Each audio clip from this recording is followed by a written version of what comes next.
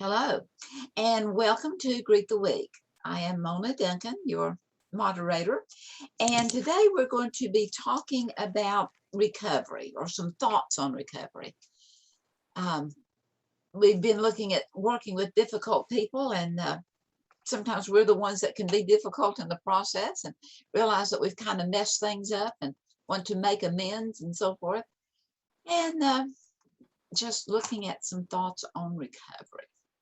So we'll go here with a slideshow. And slideshow at the bottom. I keep going to the top instead of the bottom. Anyway, as usual, my goal pretty much in life is to mess with your mind. But I'm also equally open to you messing with my mind because I don't want it to be static. I want it to always have new, fresh ideas flowing in, as well as letting the static ones flow out. So I have a couple of thoughts here on thoughts on recovery. One is one of the oldest proverbs from way back when, that as a man thinks in his heart, so is he. Well, certainly technology now shows us that you can hook all kinds of things up to your brain, and it's a command center, and it certainly has a lot to do with who we are. But you know what? So does our brain. I mean, so does our heart.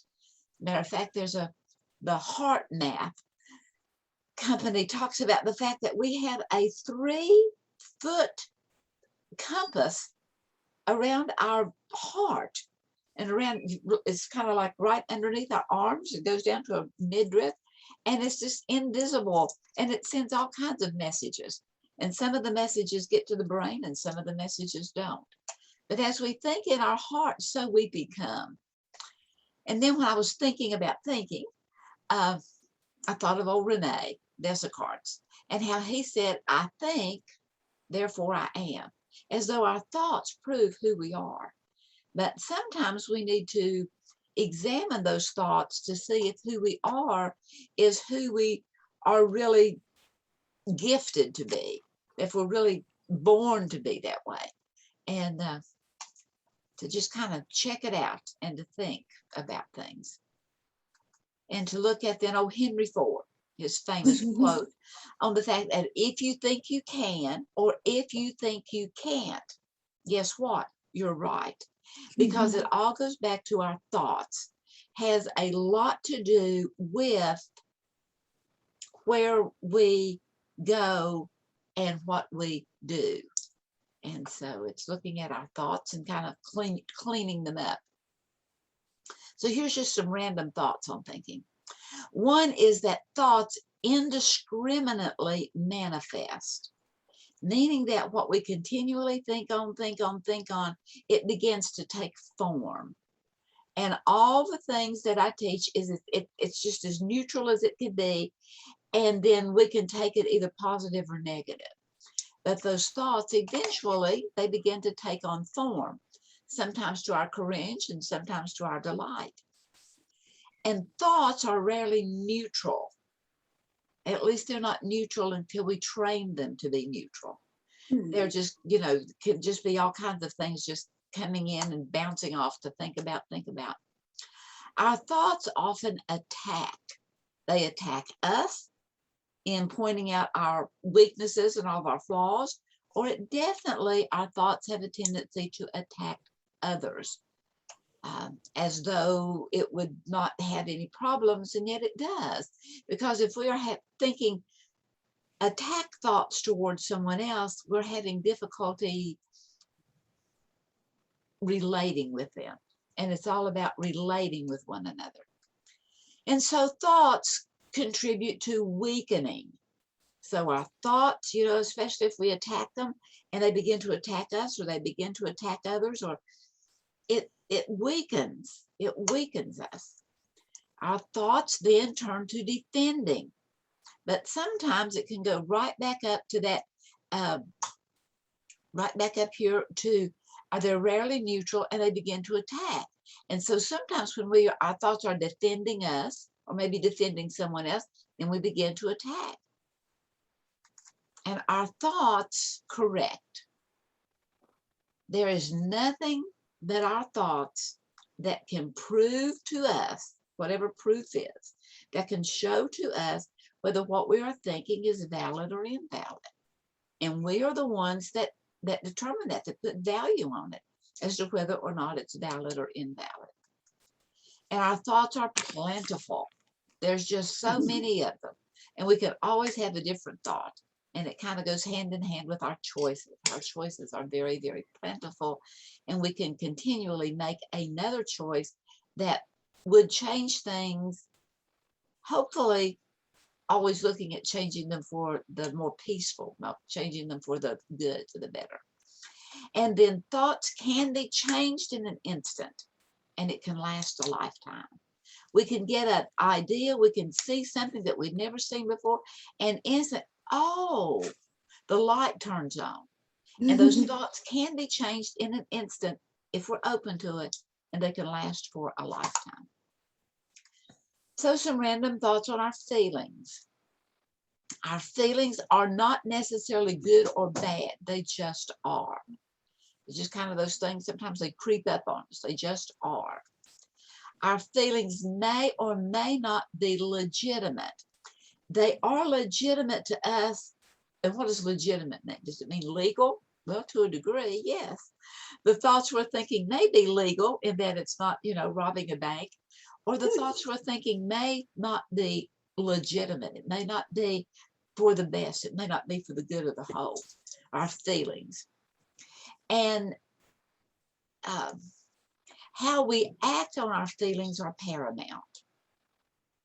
The way we act on them, because they're just they're the things that follow. The feelings follow our thoughts and our actions, and those feelings are paramount as to whether or not we are allowing those thoughts and actions to produce anger or to begin to produce peace. And our feelings, I like to look at different words and emotions that seem the same and that we all too often interact with as being the same, that really have enough of a shade of difference that they are different. But our feelings are our sensations. It's the things we feel literally, whether it's with our hand or whether it's with our, it's the sensation of what we're seeing, feeling, touching, whether it's touching something that is hard or whether it's touching something that is soft. Our feelings have to do with our health, the energy that we have. It has to do with that. But then we also have emotions that we confuse just with feelings, or we just blur them together until they don't have any separation there. But our emotions is then what begins to activate. It's something that we have a reaction to. An emotion is something that had been impressed. It's something that we respond to. And then just to kind of look in here and see if we can determine the difference in feeling and emoting by looking at an opinion. So an opinion, it's a thought we have, it's a view that we have, it's a belief we have, it's a sentiment that we have. And it can either be, feeling or emotional. So recovery, I always like to go back to the little initial, the re. It's to do over and over again. It's redoing, rethinking, reevaluating. But in recovery, it is seeking the center. A grandfather clock that goes back and forth, back and forth, back and forth. Well, when it comes to a stop, whether it either runs down of batteries or it hasn't been wound up, you can take that grandfather clock kind of way to an extreme and let it go, and it will swing way to the left. Take it to the right, it'll swing way to the left. Take it to the left, it'll swing way to the right. And it will have 2 or 3 erotic, irregular, out of bounds swings until it catches itself and it goes, and it's always seeking that center. And so it is so good, whether the trauma or the negative thing, the whatever, that we begin to seek a center, that something that we can run in and have fun in, something that's more middle ground, that we can have all kinds of fun, but there's not those boundaries there. So on my list of thoughts on recovery that I have used on myself. There's 40 of them. And I go back and use them again and again. But today we're only going to look at 5. And it kind of goes to back is to seek first and foremost, seek help. Seek help. Whether that is invisible help of thinking and rethinking your own thoughts and seeing if, is this what I want to do, not want to do? Is this really who I am? Or whether it is that invisible thought of what someone else has done and what the other one, or just on a divinity of something, this mysterious part of life. But to seek help, and it's always available. It's always available. And sometimes that help is available just by walking outside and looking at things a little differently, because that goes back to our feelings. Things change as we begin to change location and change sights and change the way we look at things. If you look up, you can't look down. And so that it's seeking first and foremost something that can help us to get out of that habit mind, at that habit that is drawing us back to it, so that we can seek a center that will keep us modulated. And then point 2 in seeking center is for moderation in all things, to begin to rein in whatever those overs are, whether you just whatever. And we know what they are as we think with our mind and with our heart. Point number 3 is to get honest and stay honest with yourself, to be there for you. I heard just on a little video clip just a few minutes ago, there was a comment by Michael Beckwith, and he said, if you don't know what you do and who you are, you'll come undone. I don't know if that was it or not, but it was real clever like that. But anyway, it's getting honest and staying honest with who we are, what we have done, what we are thinking, what we are pleased with, what we are not so pleased with, to always be there for you. And then to develop more choices, to give up the all or nothing thinking, that it has to be this way or it's not, to see that how many shades there are in so many different things, and that there are more and more choices, and to develop more. And those choices, they may seem awkward, they may seem difficult, but the thing of it is that it's usually the awkwardness and the difficulty comes in the package of being unfamiliar with. And anytime we start to do something that we have been unfamiliar with, as in reining in an appetite of whatever that appetite might be of, or reining in those attacking thoughts or negative thoughts, as we develop more choices, then we strengthen. And then another thought in seeking center is to become less rigid and more flexible. Less rigid and more flexible.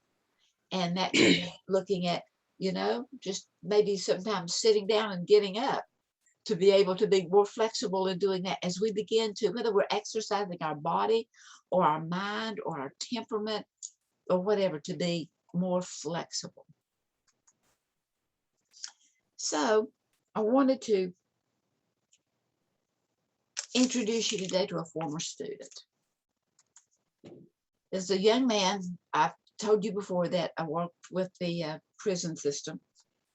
It was those that were in transition, were able to go to a comprehensive sanction center to admit in learning skills and getting a job and reconnecting with family and so forth, so that they could be released back into society. Well, this former student came to the Sanction Center in October of 2017, and had been there for several weeks and had been coming to my classes, as well as would come back and would talk with me.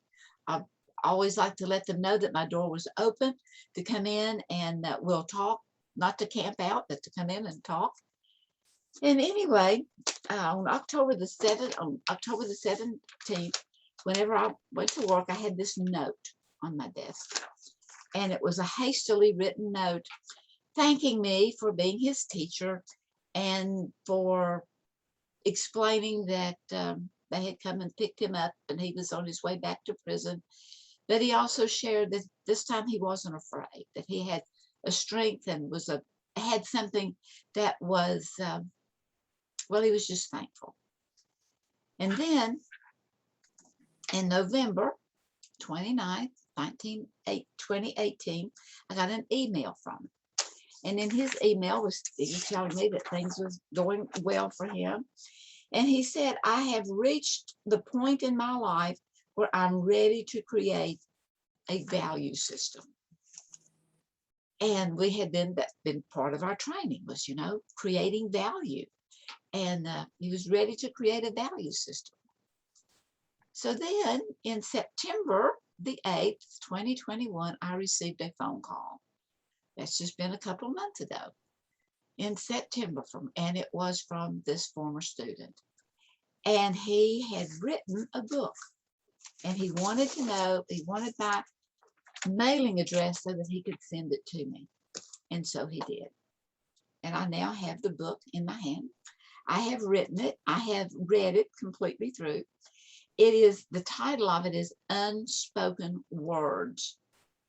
And the parenthesis is of unheard thoughts. And so I wanted to finish off our looking at thinking about thoughts, with two of his poems. It's Unspoken Words by Devlin Javon. And one of the poems is entitled Life. And I want to share it with you.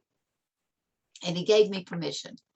I called him and texted him, and he has given me permission to share. This poem is entitled Life. Life breaks us down so we can build ourselves up. Life humbles us so we don't need to act tough. Life will keep going when we think we've had enough. Life gives us hate so we can understand love. Life knocks us down so we can learn to get up. Life is complicated and at times a little rough. Life can be a test. This I know. So when you're thinking about stopping, don't. And I thought that was just real wisdom. It was wisdom that had come through experience, through trauma, through wrong choices, through corrected by correct choices, corrected by learning to seek the middle and beginning to stay there, seek the center. And the next poem that I want to read to you that Devlin has written is called Secrets to Success. The secret to my success is not the fact that I was rich. The secret to my success is not due to my patience. The secret to my success is not due to my religion or the fact that others lifted me up or put me to shame. The secret to my success is due to the fact that at once I saw success in my failure.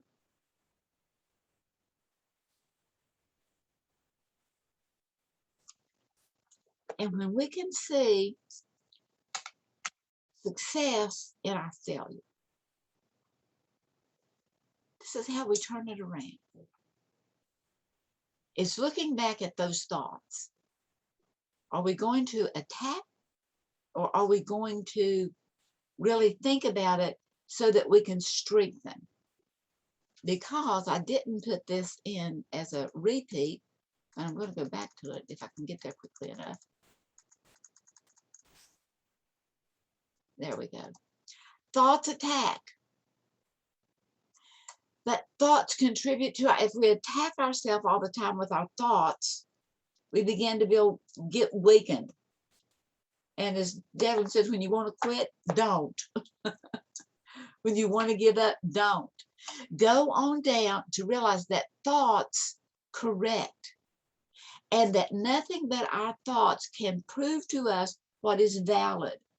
But again, those thoughts can prove to us valid that the negative was valid, but we want it to look, it is our thoughts alone that can prove to us the validity that in our failure we can find success, that in our error we can turn around and find the right road, so that things do turn out to be successful, and that there are plenty of thoughts just like there are plenty of successes. So I thank you very much for being here, and I trust that these thoughts will be effective in your life, and many blessings.